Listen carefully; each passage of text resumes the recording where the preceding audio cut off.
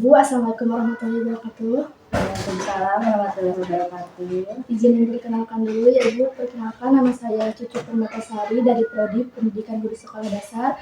Alasan saya ingin menemui Ibu, mungkin ada salah satu tugas mata kuliah pedagogik yang akan tugasnya itu wawancara tentang pendidikan sekolah dan juga di Indonesia. Mungkin Ibu perkenalan terlebih dahulu. Iya. Halo, Assalamualaikum warahmatullahi wabarakatuh. Perkenalkan, nama saya Nian Mulyani SPD. Sekarang saya bekerja di SD 2 Cigantang. Alhamdulillah, saya sekarang mengajar kelas 3. Mungkin langsung aja ya Ibu untuk pertanyaannya. Yaitu yang pertama, menurut Ibu bagaimana sih perkembangan pembelajaran pedagogik yang di masa sekarang? Sebetulnya pelajaran di Indonesia saat ini mungkin banyak sekali fenomena-fenomena pendidikan yang sangat luar biasa. Gitu ya. Di masa sekarang kendalanya itu terlalu besar untuk kita sebagai pendidik di tahun-tahun ini misalnya. Untuk pedagogik sendiri melibatkan pemahaman bagaimana untuk siswa belajar menyesuaikan apa yang sebetulnya teori yang sebenarnya dengan yang di lapangan itu mungkin sangat jauh beda.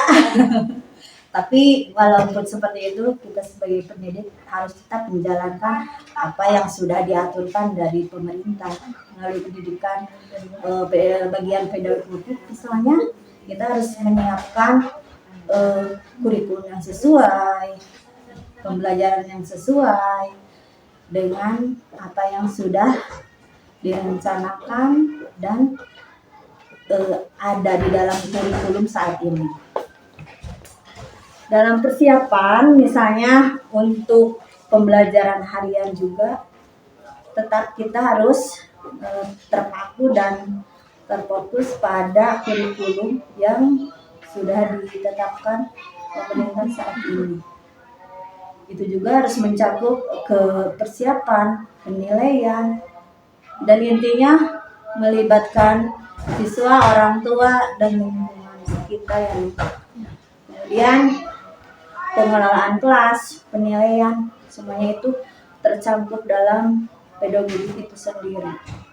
Dan intinya, bagaimana sih tantangan terberat kita untuk saat ini dalam kurikulum keseharian anak-anak? Bagaimana sih harus tetap pada program yang sudah ada dari pemerintah kita laksanakan dengan sebaik-baiknya. Mungkin itu saja. Mungkin yang kedua yaitu bagaimana sih harapan Ibu untuk Indonesia, untuk pendidikan Indonesia yang akan datang? Harapan kita sebagai pendidik, pengajar, apalagi ya di zaman yang mungkin sekarang serba teknologi, serba modern, ada kebijakan dari pemerintah yang benar-benar mendukung untuk pendidikan itu sendiri. Misalnya ada aturan di sekolah siswa itu tidak boleh bawa HP, misalnya tidak boleh bawa gadget, gawai, handphone, tapi di waktu-waktu tertentu boleh. Ya. Kemudian siaran-siaran televisi di kita itu kan sangat jauh dari harapan. Tolong deh pemerintah bikin program televisi itu yang mendukung untuk pendidikan siswa, misalnya pengenalan alam Indonesia, pengenalan pembelajaran, apalagi sekarang bisa kan ada bantuan pemerintah untuk siswa kita supaya benar-benar murid kita itu tidak melulu nonton dengan tontonan yang tidak baik misalnya. Kemudian kurikulum jangan memberatkan guru lah. Jangan ada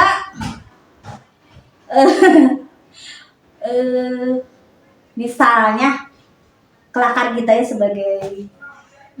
sebagai guru, ada candaan kita. Ganti menteri pasti ganti, ya pasti ganti kurikulum.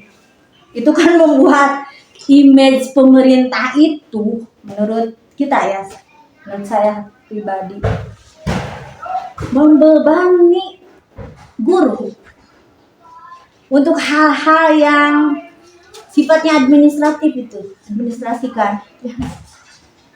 Administrasi kita dibebankan banyak, apalagi mendidik siswa di sekolah itu tidak semudah membalikan telapak tangan. Mungkin teori di luar gampang, loh ngajar doang misalnya, tapi kan tidak semudah itu. Kita itu mengajar, mendidik, administrasinya, laporannya, mengisi rapotnya, apalagi tolong deh sekarang untuk maaf ya, karakter siswa itu sekarang sudah diambang ya, mungkin dari efek dari luar, dari tontonan, dari teknologi, dari YouTube, dari segala macam lah. Itu terlihat karakter siswa untuk sekarang itu sangat mengkhawatirkan. Kemudian kita juga sebagai pendidik sangat dikhawatirkan untuk hal-hal yang bisa menyulitkan diri kita sendiri loh. Iya. Benar ya, Neng? Iya. Ya, misalnya kita mengajar dengan baik. Suatu ketika kita di sekolah menegur siswa. Zaman sekarang kan kita pasti dilaporin loh. Itu kan banyak kejadian-kejadian seperti itu. Tugas kita kan mendidik, mengajar. Itu tugas kita di sekolah. Tapi kenapa ada aturan-aturan sekarang? Banyak sekali kan kejadian-kejadian guru yang dilaporkan. Jadi menurut kami tolong deh pemerintah lebih memperhatikan lagi untuk kedepannya. Kita itu dilindungi dengan baik, bukan makhluk lantai harus dilindungi. Tapi makhluk mulia yang benar-benar kita itu berbakti sepenuh jiwa untuk masa depan anak didik kita, untuk masa depan keberlangsungan bagaimana penerus bangsa untuk kedepannya kan. Jadi sekali lagi tolong, mau masyarakat di lingkungan sekitar bareng-bareng kan, orang tua, sekolah, apalagi pemerintah mendukung untuk lebih kedepannya lebih maju lagi mungkin sama apalagi ya dunia pendidikan. Itu. Baik, mungkin yang terakhir yaitu menurut Ibu bagaimana sih pendidikan di Indonesia akan berkembang dalam 10 tahun ke depan? Ya. Harapan kita selalu yang pasti, yang baik-baik. Kun fayakun lah ya, semuanya juga ada campur tangan Allah. Mau dalam segi pendidikannya, kurikulumnya, apalagi kesejahteraan gurunya, tolong deh. Itu yang paling utama dalam siklus pendidikan, tidak hanya menekankan si anak harus pintar, si anak nilai bagus, tidak kan? Tapi untuk kedepannya mungkin semoga ada kurikulum yang benar-benar itu milik kita loh, milik bangsa Indonesia, bukan meniru, menjiplak dari negara lain. Kenapa kita harus menjiplak terus dari negara lain? Boleh mencontoh misalnya pendidikan di Finlandia sekarang bagus, itu bagus kan, itu patokan semuanya Finlandia katanya bagus. Tapi kan betapa di Indonesia itu sangat kaya, lebih kaya dari negara apapun kan. Kita mempunyai sumber daya yang sangat maha dahsyat. Kenapa kita tidak mengelola itu saja demi masa depan anak-anak kita untuk 10 tahun mendatang, 50 tahun mendatang? Itu kan bahayanya untuk generasi selanjutnya itu kan sekarang, ditentukan untuk sekarang. Ya mudah-mudahan anak-anak kita nantinya berhasil semua kan. Amin. Itu kan Neng? Iya betul. Ya untuk kita sebagai pendidik untuk saat ini kita cuma menjalankan apa yang sudah menjadi tugas kita, apa yang sudah ditugasi oleh pemerintah, oleh kurikulum harus seperti itu.